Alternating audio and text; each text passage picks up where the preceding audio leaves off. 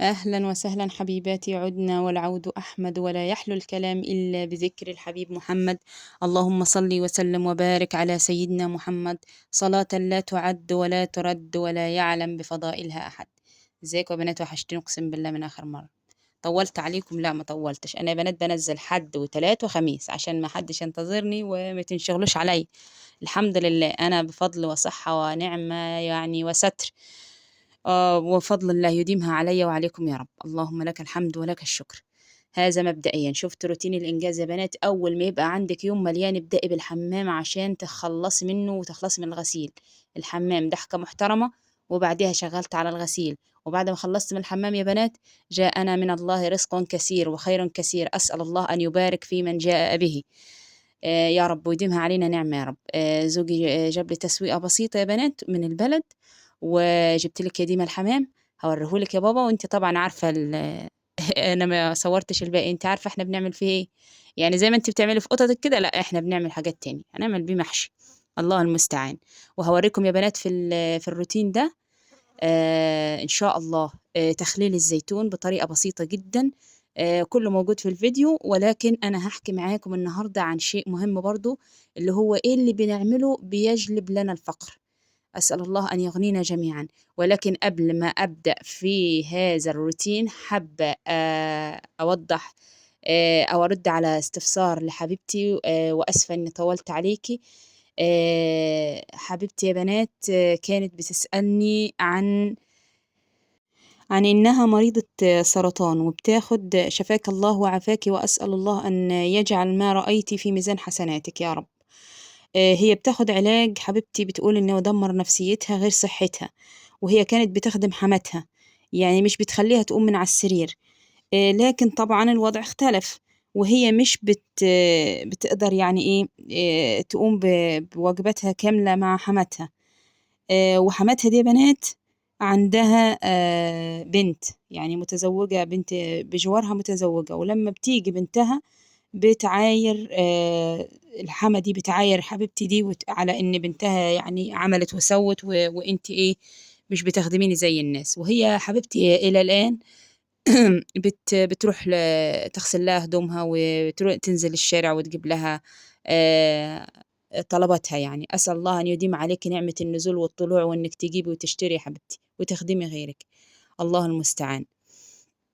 بس طبعا إيه، هي أول ما بتزعل منها بتقول إن صوتها عالي كتير جدا، ومش مصدقة إن هي تعبانة. ولما بتشكي لزوجها، زوجها مش بيرد عليها. وهي يعني ايه، حماتها بتشوفها بتخدم ولادها، فبتقول ان هي ايه بتمثل يعني. اسال الله ان يشفيك شفاء لا يغادر سقما. بس قبل ما اوضح لك بالتفصيل رسالتك، عايزه اقول لك الكلمتين دول. ان للشده مده ثم يلقى المرء سعده. احسن الظن وأيقن أن كل الأمر عنده. وإذا ما شاء شيء لا يطيق الخلق رده. ومع الإعسار يسر ثم يسر جاء بعده. وإذا أعياك هم وتعدى الأمر حده، قم بجوف الليل سرا واسأل الرحمن وحده. كلما ترجو قريب حاصل تدنيه سجده. إن وعد الله حق ينجز الرحمن وعده. كلمات بسيطة حبيبتي والله العظيم، لكنها صادقة صادقة صادقة. هاخد رسالتك حتة حتة لأنها مست قلبي. انتي يا حبيبتي بتخدمي حماتك، اجعليها لله. اللي تقدري عليه اعمليه معاها. أما بالنسبة إن صوتها عالي، فمش أعلى من اللي عندي، كلنا مبتلين. لكن صلي على رسول الله. آه اللهم صل وسلم وبارك على سيدنا محمد. هي بتعايرك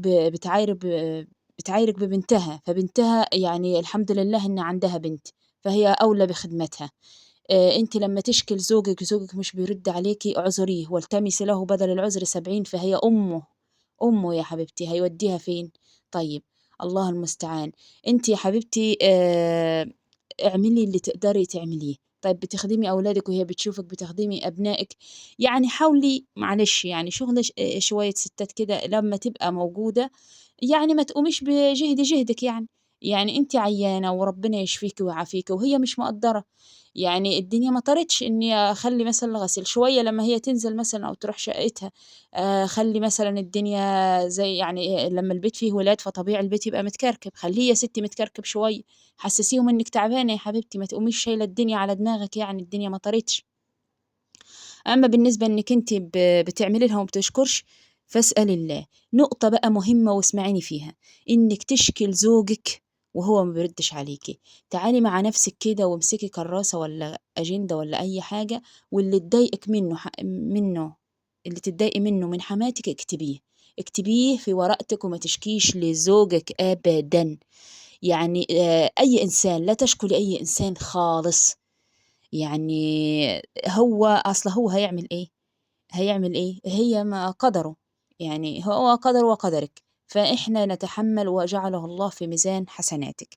أنا مش باقول لِك كده إني أقلل من مصابِك، بس أنا باقول لِك كده عن تجربة. ابتعدي عن الشكوى للخلق واشكي لخلق الخلق، اشكي للي خلق الخلق، ابتعدي عن شكوى الخلق واشكي للي خلق الخلق. فهذا يا رب يكون يعني وضحت رسالتي، واستقوي بالله وتقوي بالله وادعي وادعي وادعي وادعي، فما على الله بعيد يا رب. ربنا يا رب يتم شفاك يا رب ويجعلك من أهل الإحسان يا رب، وتحسني يا ستي وانت اللي تخدميها وتحاكي وتعملي أول ما تعلي صوتها كأنك سد ودانك اعملي نفسك مش سامعة. الله المستعان. في سؤال يا بنات اتكرر عليّا بيتطلب كتير، ورّينا شقتِك أو صوّري لنا شقتِك. أنا بفضل الله عندي شقتنا ديّة أوضة لأبنائي بها أسرة لسراير الدورين دي، وعندي غرفتي وبها برضه سرير، يعني الحمد لله لا أجد صعوبة في النوم الحمد لله. فضل من الله ونعمة.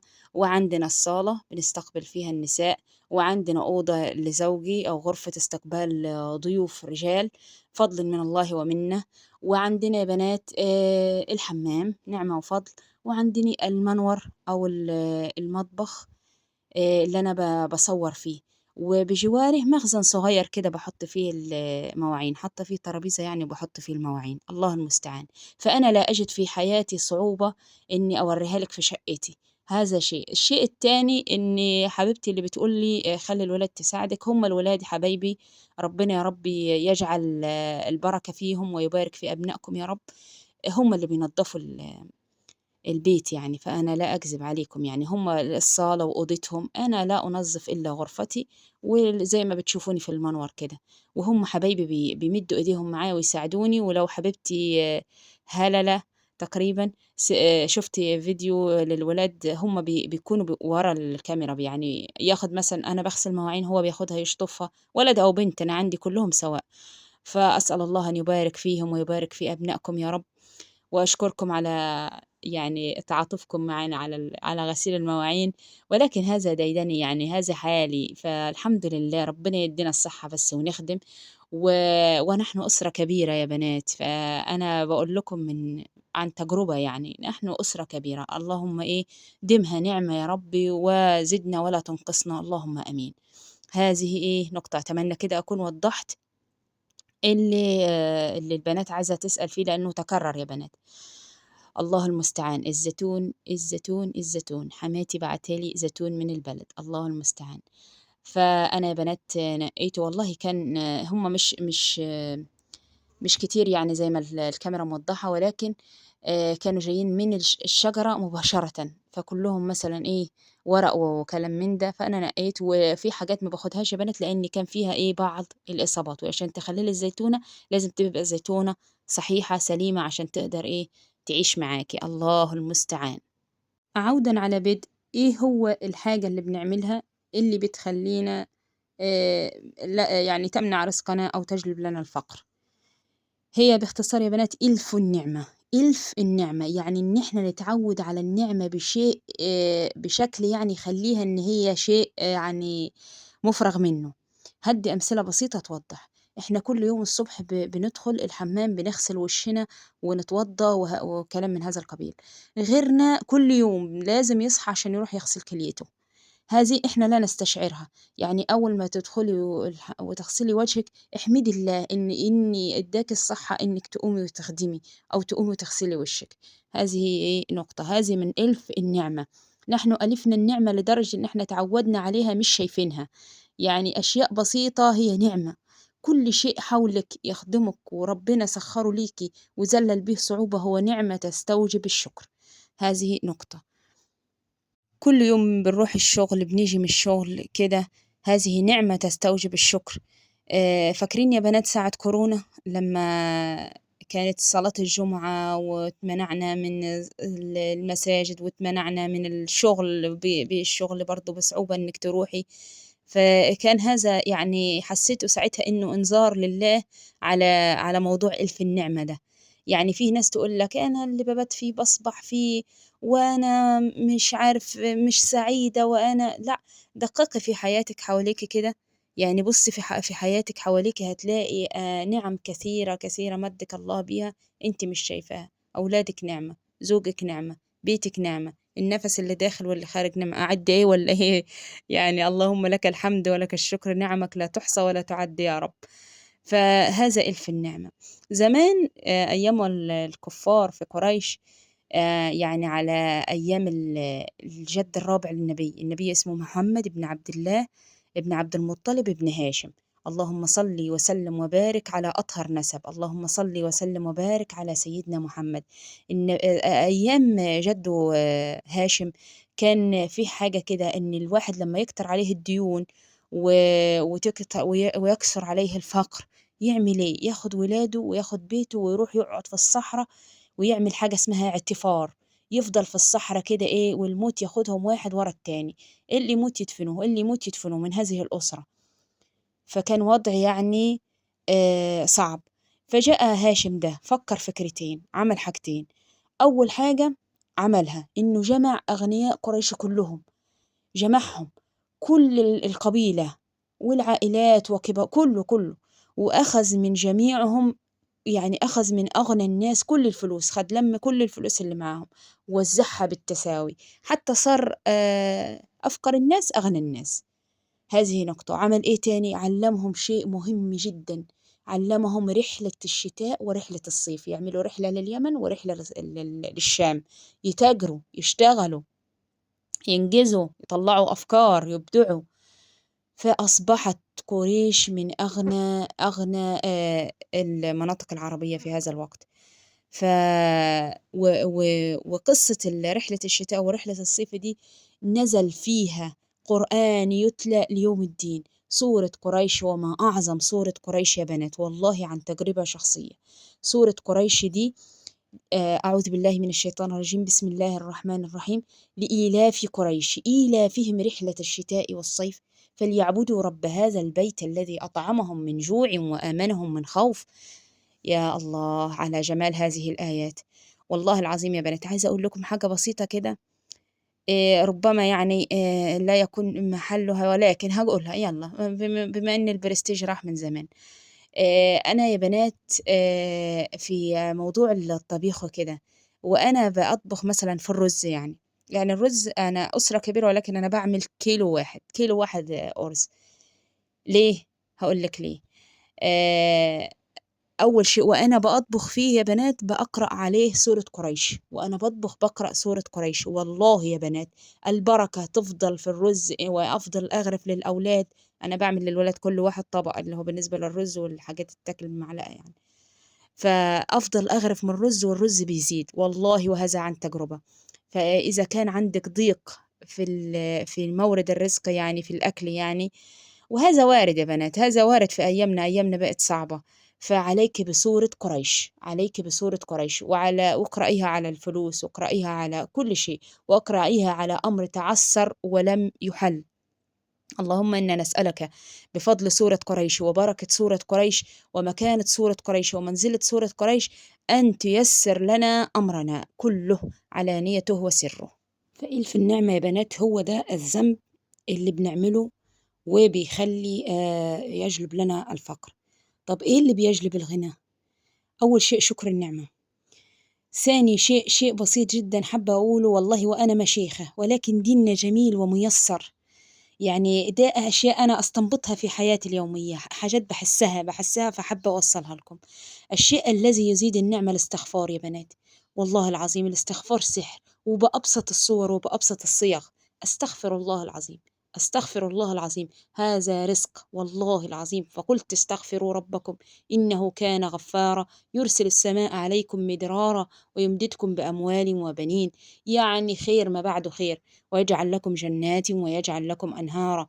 وعد وعد كل كلمة من دول تؤول لتأويل أخرى، يعني كل كلمة يعني لها معاني تشمل معاني أخرى. الله المستعان. فيا بنات عليكم بالاستغفار. في قصة جميلة جميلة للشيخ أحمد بن حنبل، كان يعني جاي من سفر ومتعب جدا، فرماه الطريق على مسجد، فدخل في المسجد حتى يبيت فيه يعني ليلته. فالعامل اللي في المسجد قال له ممنوع، هو ما يعرفش طبعا انه هو الامام احمد بن حنبل، فقال له ممنوع ان حد يبيت في المسجد يعني. فالمهم قال له اكمل يعني اللي ورايا واجي الاقيك ماشي. فغلب على الامام احمد النوم، فنام، جاي من سفر فنام، فجره العامل من رجله ورماه كده ايه في الشارع. فاستيقظ الإمام أحمد بن حنبل ووجد حيطة صغيرة كده في أمامها مخبز، ووجد خباز ده فاتكأ الإمام أحمد على الحيطة الصغيرة، يعني نام عليها، توسد عليها كده ونام. فرأى الخباز ده يقطع العيش، يعني يقطع قطعة العجينة كده ويحطها ويستغفر الله، يقول استغفر الله، ويحطها على ويخبزها يقول استغفر الله، يطلعها يقول استغفر الله. ففضل ايه مراقبه، وهذا بإيديدن الراجل على طول على طول. فسأله الإمام أحمد بن حنبل: يا أخي إني أنا شايفك يعني ما شاء الله على طول الاستغفار استغفار، ماذا جنيت؟ إيه اللي حصلته من هذا الاستغفار؟ قال له: والله ما طلبت طلب من الله إلا وتحقق، إلا طلب واحد. قال له إيه؟ قال له: إني أرى الإمام أحمد بن حنبل. قال له: وجاءك الإمام أحمد بن حنبل مجرورا من رجله. فاللهم صل وسلم وبارك على سيدنا محمد. استغفر الله العظيم وأتوب إليه، استغفر الله الذي لا إله إلا هو الحي القيوم وأتوب إليه. ما أجمل الإسلام، والله العظيم نعمة تستوجب الشكر. الحمد لله على نعمة الإسلام، وكفى بها نعمة. صدحتكم، أنا مش شيخة يا بنات، والله أنا زيكم بعافر، ولكن يعني بحب أستمتع بالشيء، بالنعم اللي عندي أحب أستمتع بها استمتاع كلي. فنعمة الإسلام من أجمل النعم التي أنعم الله بها علينا. الحمد لله على ستر الإسلام لنا وعلى نعمة الإسلام لنا، وزودوا النعمة بالشكر. ده بنات الزيتون وأنا إيه بخلله. الله المستعان، اعذروني لو في أي تقصير في الفيديو. فأنا والله الفترة الأخيرة يا بنات بعد مرضي، يعني أنا عملت الروتين ده ويداي ترجف، حرفيا ترجف يدي، يعني أضع أمسك إيدي كده أحس بعظمي كله يرجف رجف غير عادي. أسأل الله أن يجعله خير، وإن ربنا يتم شفانا على خير. أنا الحمد لله تعافيت، لكن هذه الوحيدة اللي أول مرة ألاحظها في جسدي، إني برجف. فلو حد عنده يعني، ما حدش يقول لك شفي، عشان انا كشفت على زوري والحمد لله عدت على خير وبريتها.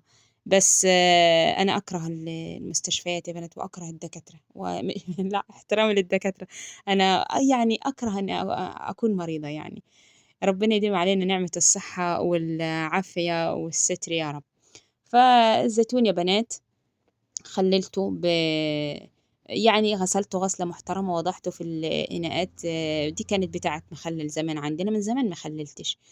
آه، ولولا إن هو جاينا برضو مش هنشتري ونخلله، يعني عشان للأمانة يعني اللي هو المخلل مش الصحي اللي هو، بس في ناس بتحب تاكله مع الأكل. يعني عندي بعض أولادي هذا كده يعني يحبوا ياكلوه، يعني وخاصة إيه الزيتون. فهو بص يا بنات، ملح وشطة وعصفر. الناس بتحط شطة خضراء، ولكن أنا ما بحب الشطة الخضراء في المخللات، لأنها إيه ما بحبهاش يعني. فبتبقى صعبة شوية وأول ما يتهري كده بتطيب وتتهري الشطة. فأنا بحط أستعوضها بشطة حمراء. واللهم صل وسلم وبارك على سيدنا محمد. وهذا العصفر وفاض شوية، فاتصرفت برضو، احنا بنتصرف، فجبت لهم هذا ايه بتاعة العسل النحل اللي كانت عندنا وخلصت. اللهم صل وسلم وبارك على سيدنا محمد. مين زي يا بنات ما بيرميش البرطمانات؟ يعني سبحان الله، عندنا عشق البرطمانات والله. يعني كمية. بس والله بُصّي، عشان تخلّصي من الكركبة في البيت فعلًا صح، أي حاجة ما لهاش لازمة ارميها. يعني ولو حاجة يعني ينفع حد غيرِك يستفاد بيها، والله حتى البرطمانات يا بنات في ناس مش بتلقاها يعني. فلو عندِك زيادة ادّي، وزّعي، ما ترميهمش في الزبالة، يعني وزّعي، وزّعي على تكون حد يعني ربما يكون جارِك حد محتاج. وأسألكم الدعاء لنا يا بنات، وسلام.